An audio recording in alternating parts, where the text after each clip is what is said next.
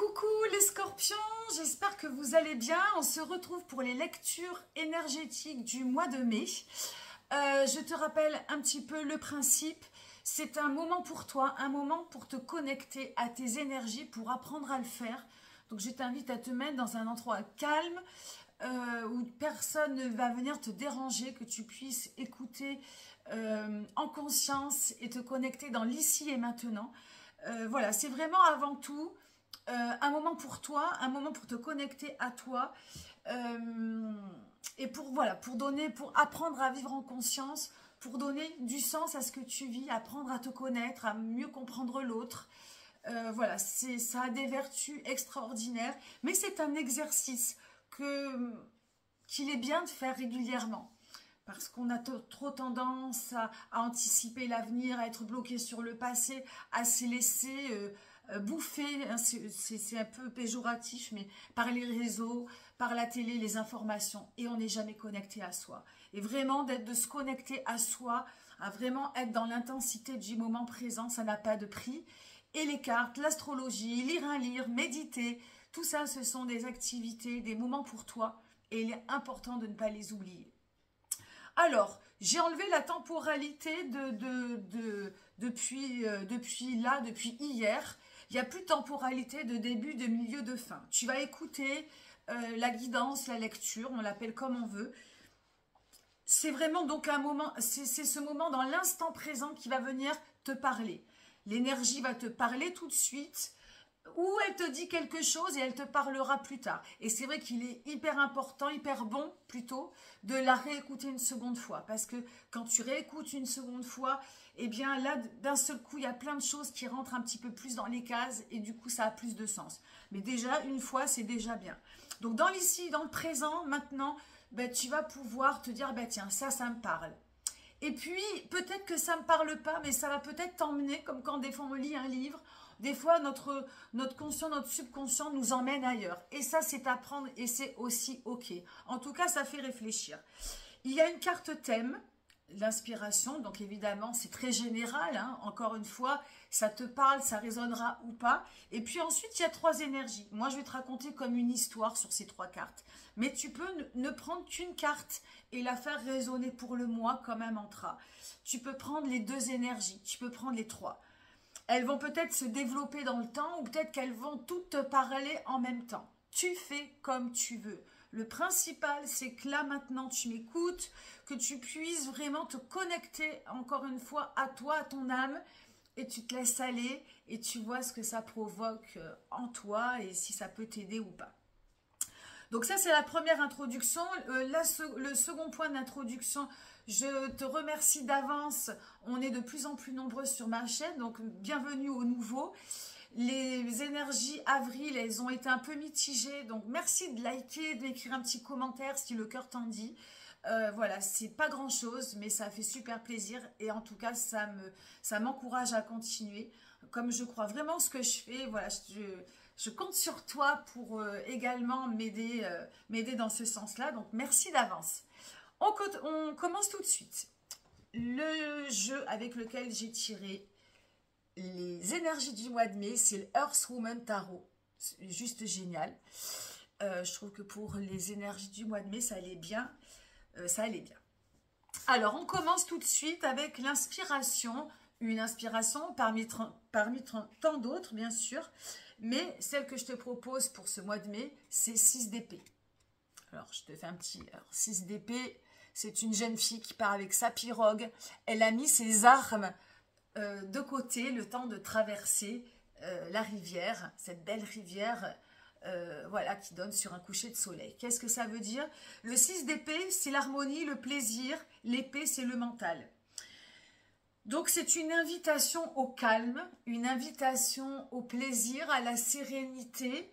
On pourrait parler de vacuité dans le bouddhisme, c'est-à-dire, alors, ouais, quoique la vacuité, c'est plutôt le numéro 8. Le 6, on est dans le plaisir de penser, on aime ses idées, on aime ce que l'on pense, on est bien dans son mental. Dans la polarité négative, on peut être bloqué, auto-centré. Hein. Le 6, c'est où on est dans le plaisir de partager hein, avec soi-même, déjà avec soi, oui, et avec les autres.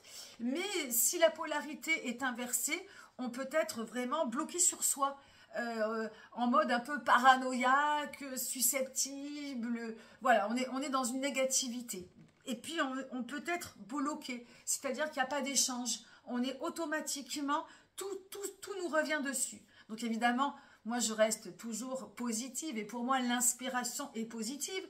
Donc pour moi, pour toi plutôt, l'inspiration de ce mois, eh bien, c'est le plaisir de penser ce que tu penses, d'échanger, le plaisir des idées, d'être inspiré, de pouvoir communiquer avec l'autre.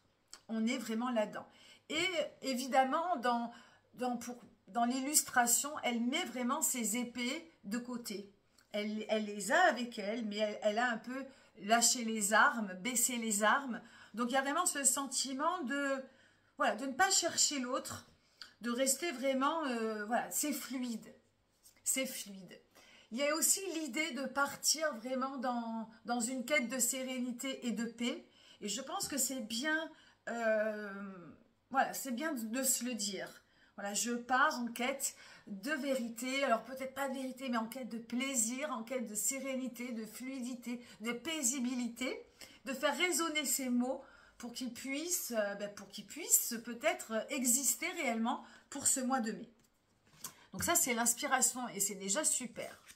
La première énergie que je te propose pour ce mois de mai, c'est le chariot. C'est une arcane majeure qui porte le numéro 7. Le chariot, dans le tarot de Marseille, c'est une action. C'est une action. On conduit ses énergies, on est un peu combatif, on y va, on fonce. Cette carte qui est magnifique, le personnage s'abandonne un petit peu à la nuit, les bras ouverts. Elle est en mode voilà, de rechercher un petit peu la respiration, la liberté, droit devant. Quand on est jeune et que on sort pour la première fois, on a comme ça, on est émoustillé, on est épris de liberté. Et c'est une première énergie et je trouve qu'elle va bien avec l'inspiration, qui est de te connecter au plaisir, à la sérénité, à la fluidité. Ce personnage aussi, il part sans savoir trop où il va, les armes baissées, le cœur ouvert, le mental ouvert, avec vraiment une envie de plaisir, une envie et de sérénité. Et pour toi, Scorpion, qui peut être des fois un petit peu torturé, vraiment le fait de connecter à ce besoin de paisibilité, parce que l'air du taureau, c'est le signe opposé, hein, le signe opposé du Scorpion, et là où il doit chercher sa complémentarité, c'est dans le signe du taureau, et on est dans le signe du taureau, et chaque signe que l'on traverse, on est ce signe-là aussi. Donc toi, Scorpion, tu vas traverser l'air du taureau en étant un taureau ce coup-ci, et ça va t'aider à compléter le fond de ton être. Donc, dans la paisibilité, dans la recherche de kiffance, de plaisir, etc. Donc, je trouve que c'est très intéressant. Et ce chariot te fait prendre les devants. Alors, ça peut te parler dans tout ce que tu vis. Ça peut être professionnel, ça peut être relationnel, ça peut être juste une impulse dans ta vie de te dire, allez, waouh, je lâche les chiens, j'y vais, je me lance, je me lance, mais avec ce vent de liberté, de soif de liberté, presque le chariot généralement, alors là on a les deux chevaux, hein, un noir, un blanc, vraiment, donc là ils sont en parallèle, mais dans d'autres, surtout dans le tarot de Marseille, il y en a un qui louche, enfin ils ne sont pas tous les deux branchés sur la même direction. Là ils sont dans la même direction. Il y a vraiment une osmose entre les animaux, entre les chevaux qui te lancent, qui te guident, qui te conduisent, et toi qui finalement t'abandonne avec toute confiance. Hein. Il y a une espèce de confiance là-dedans. Et ce mot confiance est important aussi.